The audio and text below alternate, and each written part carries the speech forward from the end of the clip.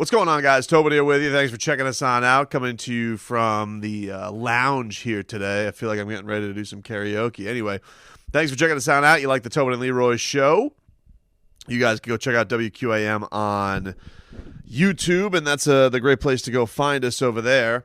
Dolphins getting ready to take on the Cleveland Browns, and I liked a lot of what I was hearing from Mike McDaniel this past week, where he was discussing the Browns and what they got coming to him. And look, I agree with him in a lot of sense. You know, he had the claim that the Browns are no joke, and I don't think that they're a team the Dolphins can't handle. Don't get me wrong, but I do think that, you know, you look at their running game and you look at some of the skill guys on there, you look at what they're able to present, that, you know, you don't want to overlook them. Like, that's the thing that I think Mike McDaniel brought that to him in his speech, right? Like, let's go into the bye week correct. Let's not overlook this team. Let's not underestimate what they're able to do, because, you know, that this has been a season by their own doing, which has been, you know, put in turmoil because they go and get Deshaun Watson, and he ends up going to have to not be able to be back until basically the end of the season. So they knew that they were going to have to weather this storm with Jacoby Brissett as their quarterback. Nobody wants Jacoby Brissett as their quarterback. And they do that with the likes of having just a monster two-headed backfield between Nick Chubb and Kareem Hunt. Nick Chubb might be the best in the league as far as running backs are concerned, and just talent and guys that are hard to bring down. And so I think Mike McDaniel knows that. I think that he's seen a team that has been punctured by the run game from certain weeks, and that this is a good week to kind of just round it all off. You just had a game where Justin Fields is going off for a whole lot of yards, and that he is going out there and, you know, thinking to himself, look, if this team plays their best game, and he said this, that they could beat anybody in the league. And I think that he thinks that if the Dolphins don't bring their best game, it's definitely a game they're capable of losing. And you don't want that to happen. You're in a very, very tight division race right now. This is another QB where it's like, all right, if all things being equal, you feel like you have a huge advantage under center. You feel like you're going to have that again coming back from the bye week against the Houston Texans before things really start to pick up again as far as the matchups are concerned for this week, for the season. So I think that's what he meant when he was just saying they were no joke. You know, this is no improv night. All right, no knock jokes, no observational jokes, no dad jokes, no jokes. So just get in there. It was interesting too. You know, I was listening to we had Bernie Kosar on this week. By the way, I recommend going and checking out that interview.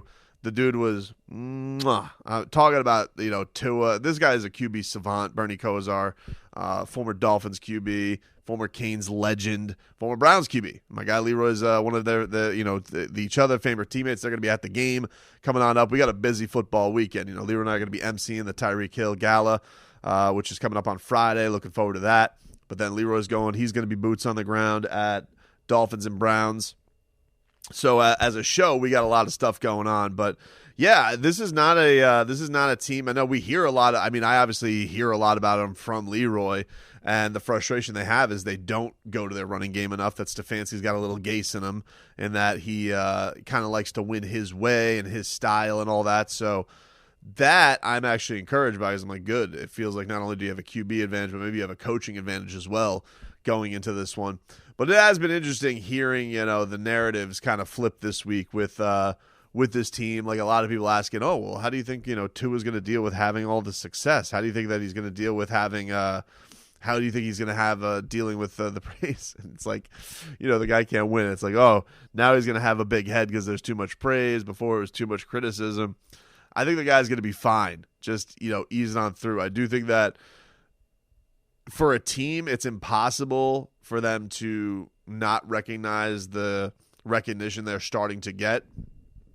And you feel like going into this week, there's no obstacles other than, you know, the big bugaboo, which could, of course, be health. And that, you know, could be a deterrent for everybody. Everybody's dealing with that. I mean, we're talking about a division right now where, you know, every team has had with their backup quarterback other than the Bills, and it seems like the Bills may be heading towards Case Keenum starting this week. And if that is the case, you're talking about every team in the AFC East has had to deal with major quarterback injury or a quarterback controversy or any of that type of stuff. And so, if the Bills are heading that way, yeah, it's like, you don't wish anything bad on Josh Allen, but, a window does open for you there because you had your window shut for 3 weeks. So all of this stuff is there on the table for the Dolphins that you don't want to lose out on.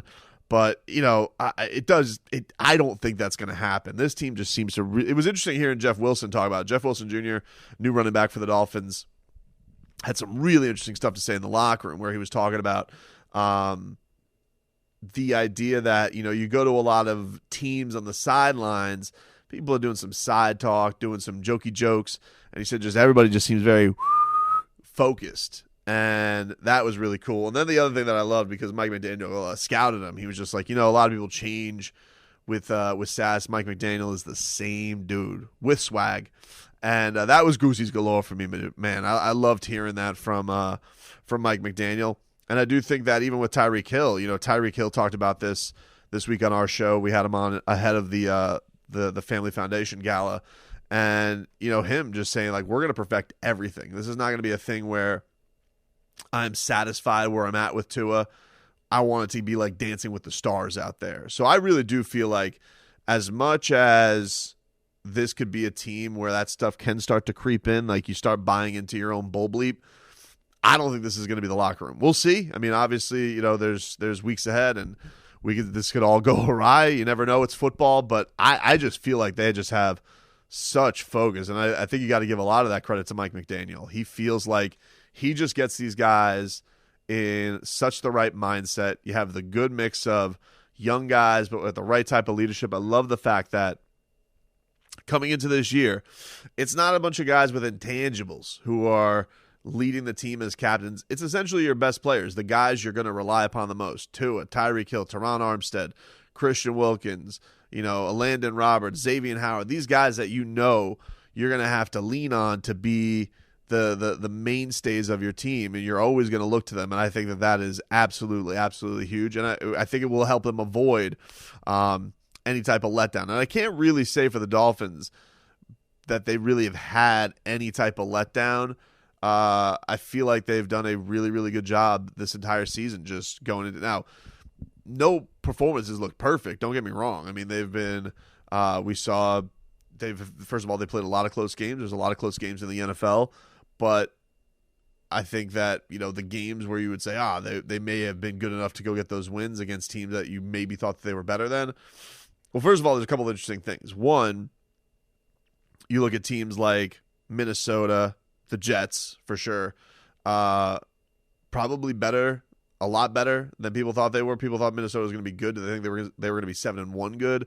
The Jets, nobody thought they were going to be here. And so, we're all doing that, look ahead on the schedule and see who's going to be the tough challenges. I would say you probably thought that maybe Pittsburgh was going to be a little bit more of a challenge on prime time, and the Jets wouldn't be as much of a challenge, and that turned out not to be the case. The Jets are a way better team than Pittsburgh. So I think that they've done a very good job of just not looking ill-prepared, not looking like a team that has overlooked anybody. I think with Justin Fields this past week, I really think that's a guy just coming into his own. And yeah, never want to give up a record-breaking day on defense from anybody. But for me, watching that and what they were able to do, just getting that win, first of all, I think it just shows that Tua is and Tyreek Hill and Jalen Waddle on the whole offense, Mike McDaniel, the O-line, that they're back on point. They're rounding back into form. They can put up a ton of points. We have seen this. I think that was the impressive thing all the way back to the Baltimore game is why it really feels like they are not out of anything because they can go score quick. They can score efficiently. They have dangerous weapons, and they know how to use them. It's one thing to have a dangerous weapon, but you got to know how to execute it as well.